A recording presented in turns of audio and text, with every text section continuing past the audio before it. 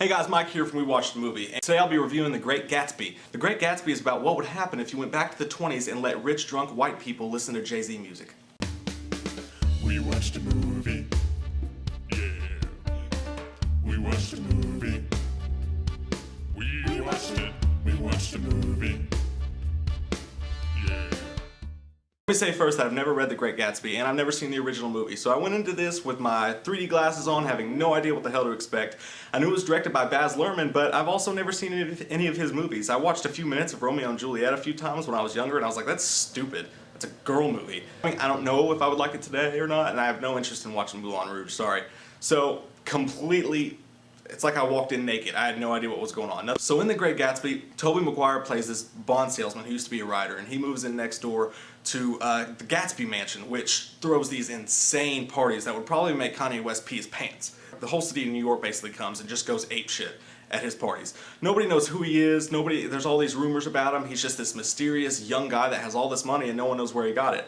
So he sends Tobey Maguire an invite, which he never does for anybody else, to his party. Tobey Maguire's wondering why, and what it turns out is that Leonardo DiCaprio has this huge request for him to do something for him, and that involves Carey Mulligan's character, who's this gorgeous and wealthy chick who turns out to have a history with Gatsby, and she's married to manly man Joel Edgerton, who's kind of an a-hole, kind of cheats on her, kind of is just a douchebag all around, but is played awesomely. I had a hard time almost not rooting for him, even though he is the douchebag character of the movie. First off, this movie, it looks absolutely amazing. I know it's getting a lot of crap for like the over-stylized CGI in the movie, but from the second the movie started, I was just like, wow, this looks amazing. Every single scene, whether a bunch of special effects and shit are being thrown at you from these parties, to car chases, to whatever else, even down to like two people having a conversation, the whole movie looks intense, and it's just like, damn! It might be overdone just a tad, but that's what this movie is about. It's about overindulgence and drinking too much and having too much money. It's just that's what the movie is. It's over the top, and it's supposed to be. So when the effects did that, I didn't mind it at all. And let me just say about the 3D in this movie, I know it's getting a lot of crap for that as well.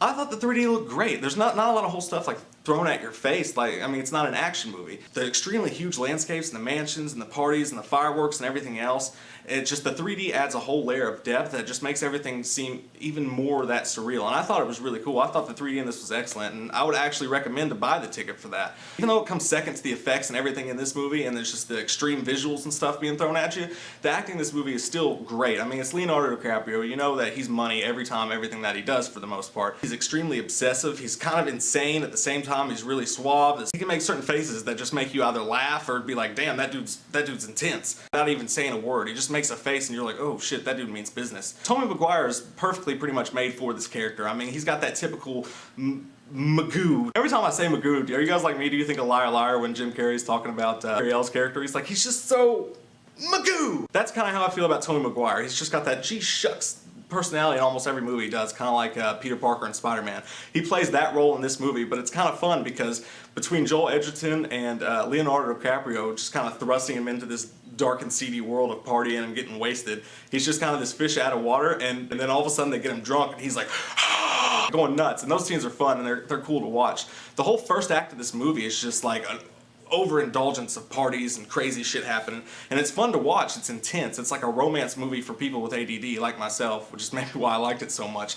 The second act comes in and it kind of explains like everybody's intentions. It smooths everything out, lets you know what's going on, and the movie kind of dies off and gets a little bit boring at points when all that stuff's going on, but it's still so cool to look at that it doesn't bother you too much, and the acting carries you through that part. Like Joel Edgerton's character, for me, this is his breakout role. I think this is the best role I've ever seen him in. He was great in Warrior too, but this really did it for me. Everybody's intense and over the top, and it's just kind of fun. And the third act is kind of the repercussions of everybody's like backstabbing and romantic intentions and all this stuff like that, and the ceiling starts to fall down on everybody.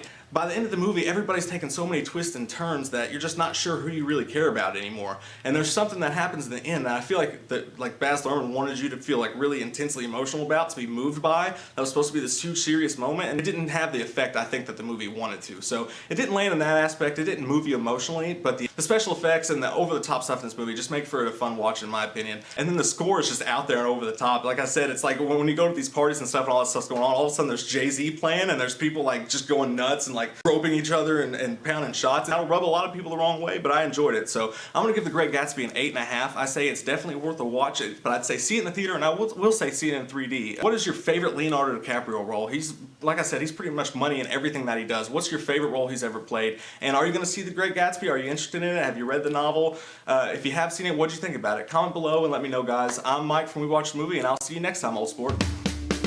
We watched a movie.